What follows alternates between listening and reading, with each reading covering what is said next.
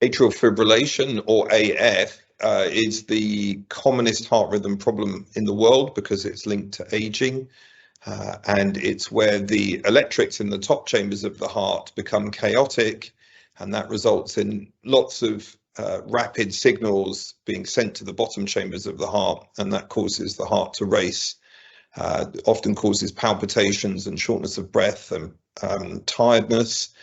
And it's a very important rhythm because not only can it cause symptoms in the majority, but it increases the risk of having a stroke, the risk of developing heart failure, the risk of dementia long-term, and the risk of dying. And recent evidence has shown that, particularly if identified early, treating atrial fibrillation with a procedure called ablation reduces most of those risks substantially.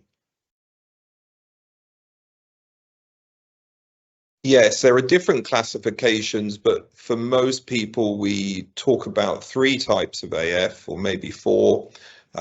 The first type is the one we think that all people start off with, which is called paroxysmal AF, because it comes in paroxysms, which means it comes intermittently and stops and starts of its own accord.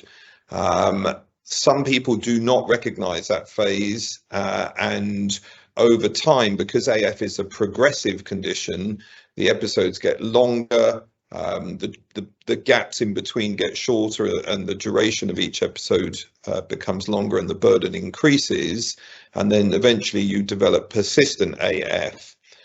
In some people that can take years or even decades, and in other people it will only take days or weeks sometimes. The reason why persistent AF, or the classification, is important is that obviously, one, you may get symptoms then all the time potentially, but more importantly, success rates with treatment start to drop very quickly once you develop persistent AF, and so it's far better to be identified earlier. All the data currently suggests that early treatment results in better outcome.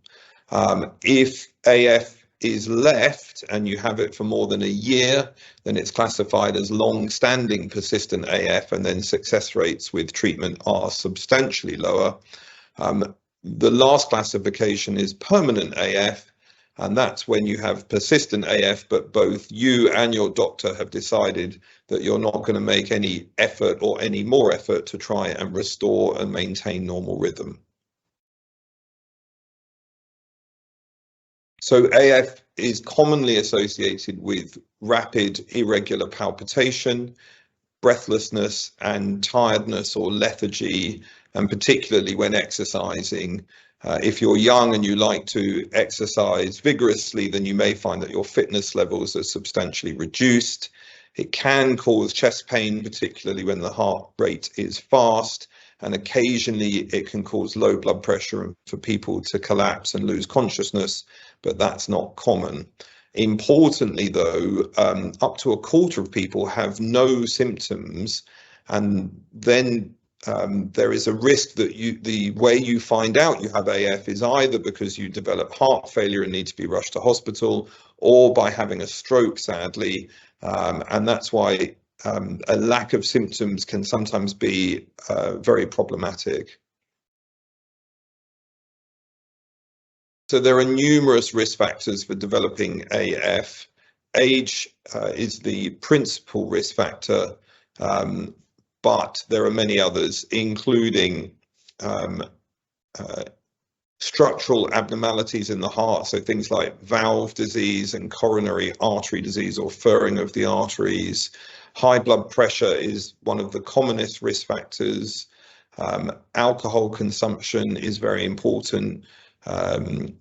Thyroid disease, either over or underactive, can be associated, as can diabetes.